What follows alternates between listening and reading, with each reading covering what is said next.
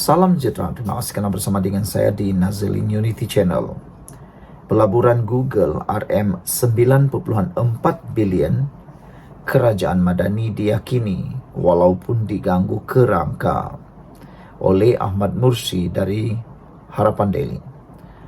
Keyakinan pelabur terhadap Perdana Menteri ke-10 Anwar Ibrahim dan kerajaan Madani membuak-buak.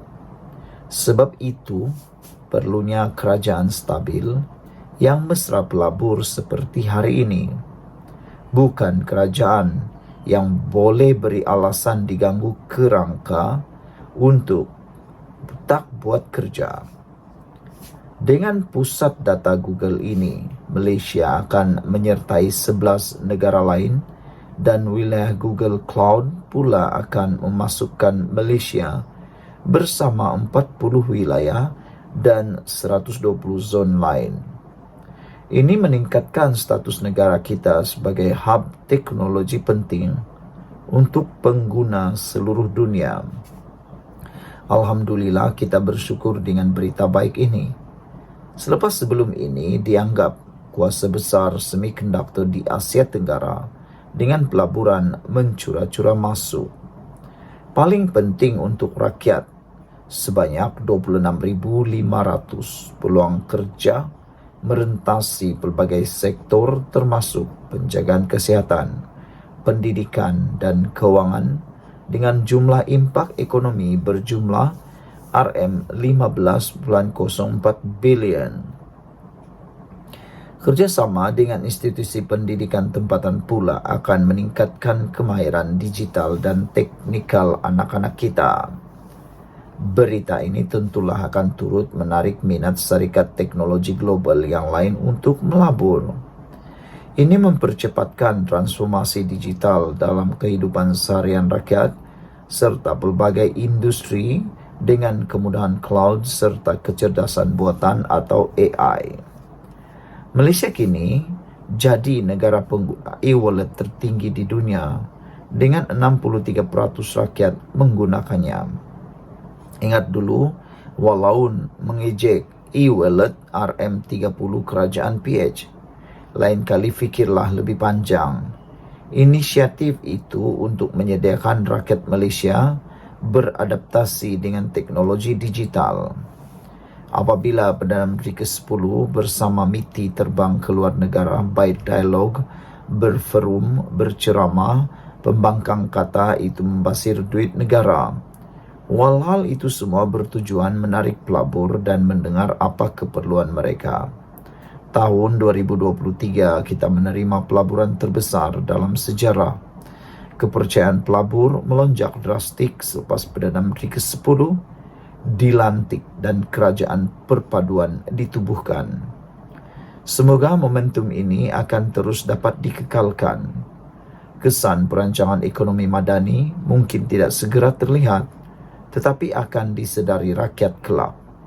InsyaAllah, yang penting terus bergerak walaupun diganggu kerangka dalam kalangan walaun, pembangkang dan kawarij. Sudahlah, pendapatan tidak menentu.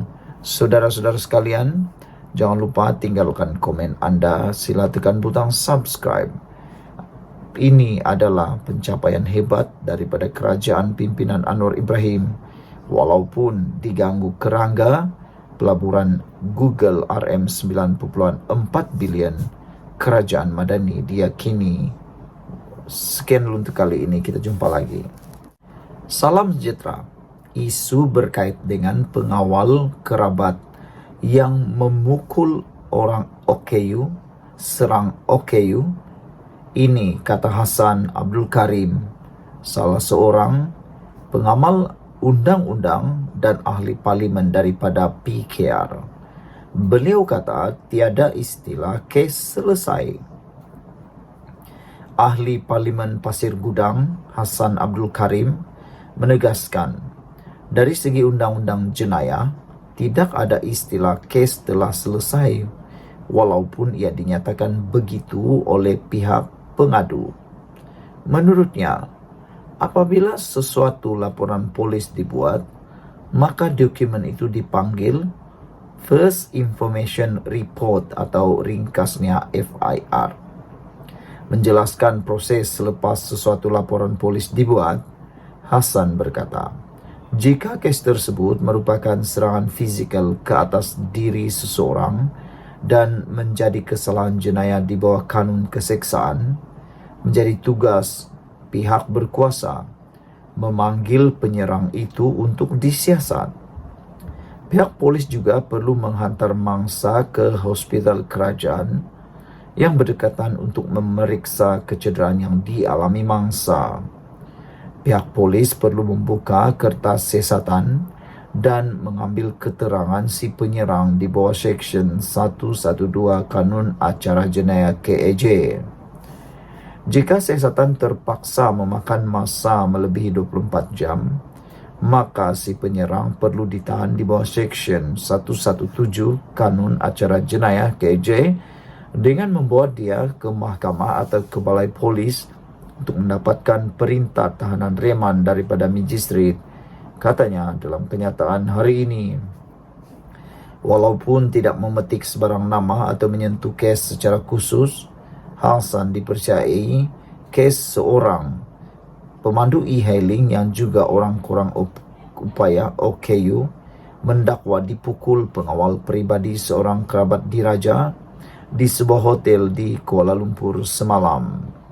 Terdahulu, Ketua Polis Kuala Lumpur Rusdi Muhammad Isa memaklumkan lelaki terbabit membuat laporan polis kedua untuk menyatakan niatnya tidak mahu memanjangkan kes berkenaan. Rusdi berkata lelaki berusia 46 tahun itu memfailkan laporan baru itu pada 9.59 malam tadi. Hasan berkata, walaupun ada laporan polis susulan dibuat, sesuatu kes tidak boleh dianggap selesai dengan begitu saja. Yang penting jelas ahli parlimen yang memiliki latar belakang undang-undang itu, laporan polis yang pertama yaitu FIR. Kes selesai membawa makna dari segi kesalahan Todd, yaitu apabila mangsa tidak berniat untuk mengambil tindakan sivil bagi kesalahan yang merupakan serangan ke atas diri yang dipanggil assault and battery. Tetapi bagi kesalahan jenayah, itu adalah dalam bidang kuasa polis. Walaupun mangsa menarik balik laporan polisnya yang pertama atau membuat laporan polis yang kedua, menyatakan kes selesai, maka dari segi perjalanan undang-undang, ia tidak boleh mempengaruhi atau memberhentikan tindakan polis, jelasnya. Tambah Hasan, ia melibatkan isu kedaulatan undang-undang di Malaysia. Tegasnya lagi, mengikut perkara 8 Perlembagaan Persekutuan, semua orang adalah sama di mata undang-undang.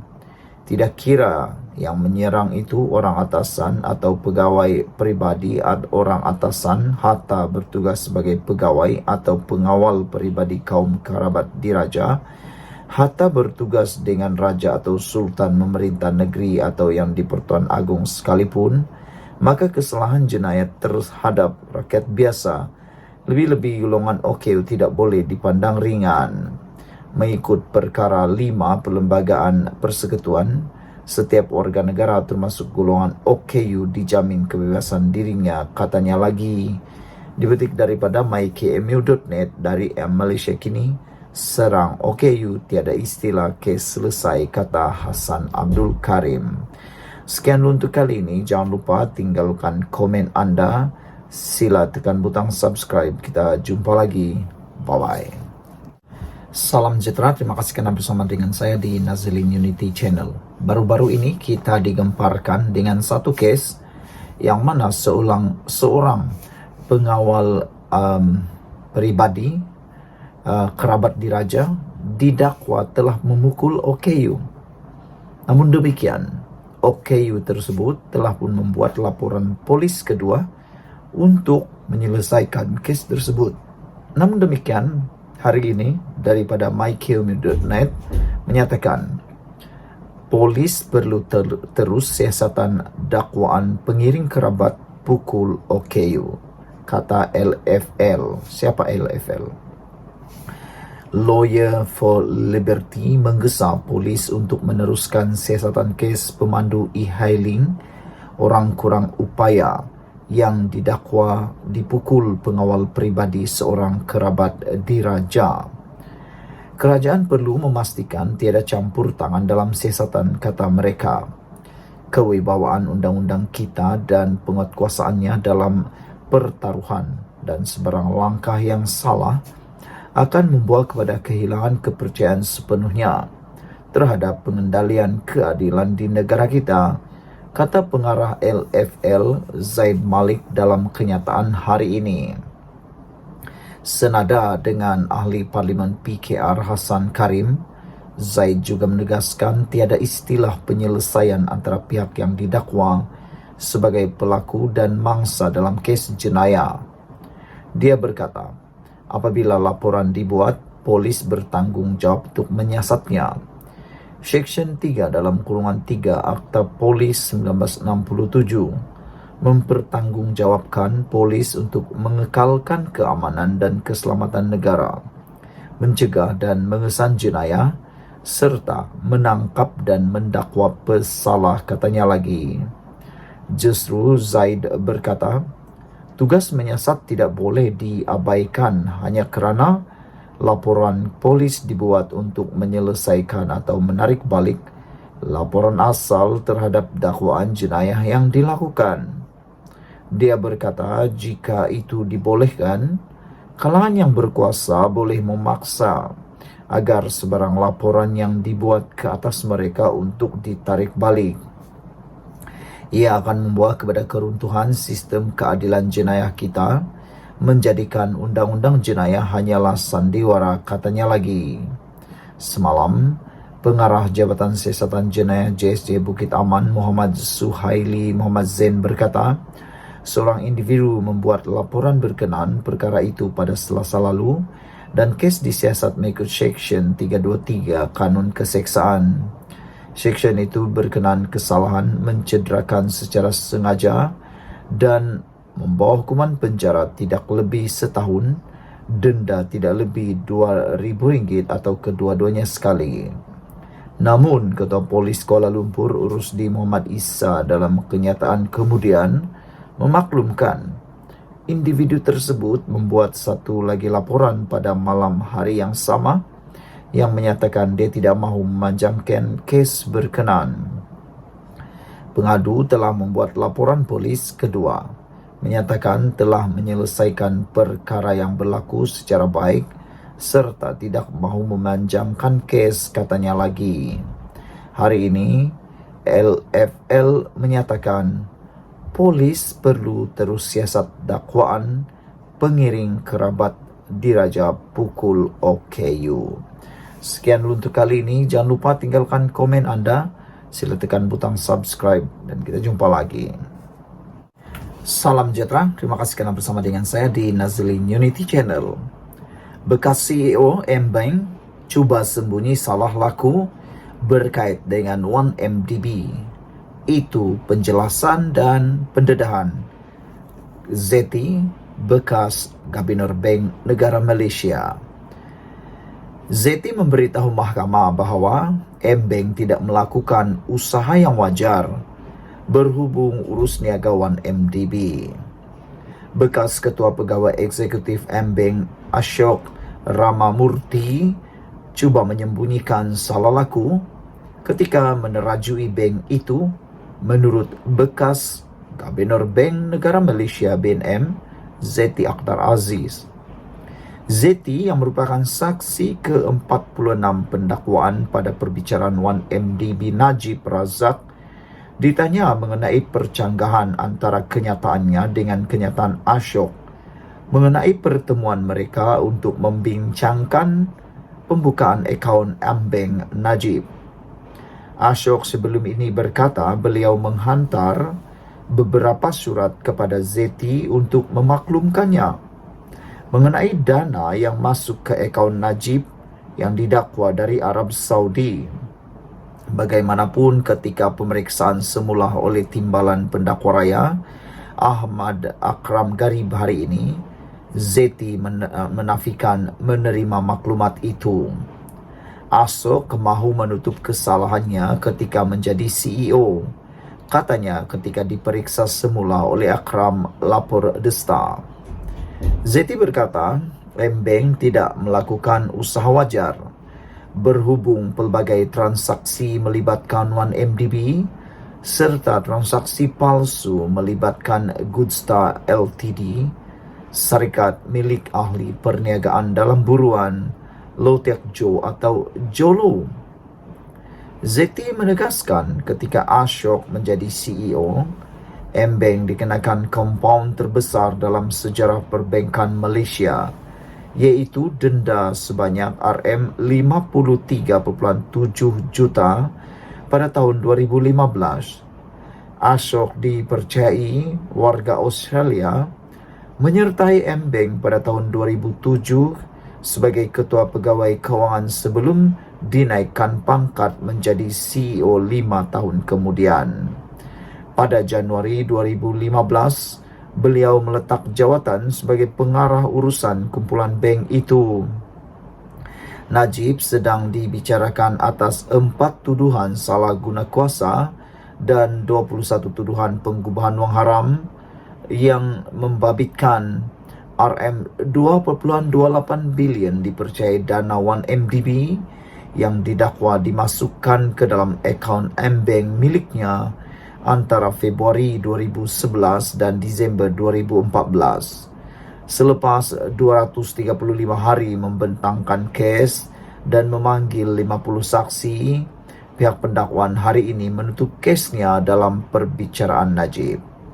Saudara-saudara sekalian, dengan pendedahan yang mengejutkan daripada Zeti ini, kita semua memang tak sangka bekas CEO Embeng didakwa cuba sembunyi salah laku, kata Zeti.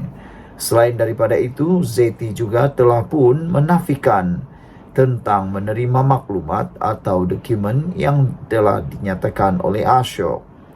Ashok sebelum ini mendakwa beliau telah menghantar beberapa surat kepada Zeti untuk memaklumkan mengenai dana yang masuk ke akaun Najib yang didakwa dari Arab Saudi. Bagaimanapun, ketika pemeriksaan semula oleh pendakwa raya, Zeti menafikan maklumat itu dan menyatakan Ashok mahu menutup kesalahannya ketika menjadi CEO. Sekian dulu untuk kali ini. Jangan lupa tinggalkan komen anda, tekan butang subscribe. Kita jumpa lagi. Bye-bye. Salam sejahtera. Terima kasih karena bersama dengan saya di Nazilin Unity Channel. Pendedahan di mahkamah kali ini benar-benar mengejutkan anda, saya, dan perlu anda share kepada semua orang. Saksi di mahkamah hari ini menyatakan pelaburan 1MDB tidak bawa untung. Jadi, kalau tidak bawa untung, buat apa ada 1MDB? Itu persoalan besar. Saudara-saudara sekalian, pegawai penyiasat SPRM, Suruhanjaya Pencegahan Rasuah Malaysia, memberitahu Mahkamah Tinggi di sini hari ini bahawa pelaburan yang dibuat oleh Syarikat Pelaburan Strategik Negara, iaitu 1MDB, tidak membawa sebarang keuntungan. Sebelum kita teruskan ulasan kali ini, jangan lupa anda tinggalkan komen anda untuk isu kali ini. Kalau tak bawa keuntungan, buat apalah ada 1MDB kan? Saudara-saudara sekalian, pernyataan itu atau kenyataan itu dinyatakan penguasa kanan SPRM Nuraida Arifin, 37 tahun, ketika menyangkal cadangan Peguam Bela Wan Azwan Aiman Wan Fakarudin bahawa pelaburan 1MDB mendapat untung melalui pelaburan yang dibuatnya. Wan Azwan memberikan contoh antaranya pelaburan syarikat itu di dalam sektor tenaga melalui pengambil alihan jana kuasa yang membawa keuntungan. Peguam Bela itu turut mencadangkan bahawa pelaburan hartanah yang dibuat oleh 1MDB turut menjana keuntungan melalui pembinaan Menara Tun Razak Exchange TRX. Bagaimanapun, Nuraida yang tidak bersetuju dengan cadangan peguam menjelaskan, jana kuasa tenaga berkenan akhirnya dijual kepada syarikat dari China untuk melunaskan hutang 1MDB. Kata Nuraida, TRX pula bukan dibangunkan menggunakan duit pelaburan 1MDB seperti yang terdapat dalam perjanjian usaha sama pada peringkat awal. Sebaliknya, syarikat perlu mendapatkan pelaburan berasingan dengan mendapatkan syarikat lain untuk melabur bagi membangunkan menara terbabit. Malah katanya, hasil siasatan mendapati dana yang diperoleh untuk pembangunan TRX atau nama asalnya Kuala Lumpur International Financial District KLIFD telah diselewengkan dan pembangunan TRX sebenarnya dibiayai oleh pelabur asing. Pada prosiding hari ini, pembelaan selesai menyoal balas saksi penting pendakwaan itu selepas sesi soal balas berlangsung selama 16 hari. Peguam utama Tan Sri Muhammad Syafiee Abdullah memaklumkan pihaknya selesai menyoal balas saksi yang disambut oleh Hakim Datuk Collins Larkin Square. Ini suatu berita menggembirakan. Seterusnya, Nuraida diperiksa semula oleh Timbalan Pendakwa Raya Ahmad Akram Garib membabitkan dokumen bank melalui bantuan undang-undang bersama MLA dari Barbados, Singapura dan Hong Kong. Saksi itu berkata, beliau tersilap ketika mengemukakan salinan dokumen terbabit kepada mahkamah dan bukannya salinan asal kerana ia membabitkan dokumen terlalu banyak. Saksi turut menafikan mempunyai sebarang niat jahat. Dalam perbicaraan sebelum ini, Nur Aida memberikan keterangan bahawa beberapa negara menghulurkan bantuan dari segi penyerahan dokumen bank melalui MLA bagi membantu siasatan skandal 1MDB yang dihadapi Datuk Seri Najib Razak. Nuraida berkata antaranya Switzerland, Barbados, Hong Kong dan Belanda. Bagaimanapun, saksi pendakwaan ke-49 itu berkata, keempat-empat negara tidak memberi sebarang jawapan atau maklum balas ketika beliau mengemukakan permohonan untuk merakam percakapan saksi bank melalui peguam negara pada tahun 2018 dan 2019. Nuraida memberikan keterangan terhadap Najib, 70 tahun, yang berdepan 4 pertuduhan iaitu menggunakan kedudukannya untuk memperoleh suapan RM2.3 bilion dana 1MDB dan 21 pertuduhan pengubahan wang haram membabitkan jumlah yang sama. Sekian dulu untuk kali ini. Jangan lupa tinggalkan komen anda, tekan butang subscribe. Kita jumpa lagi.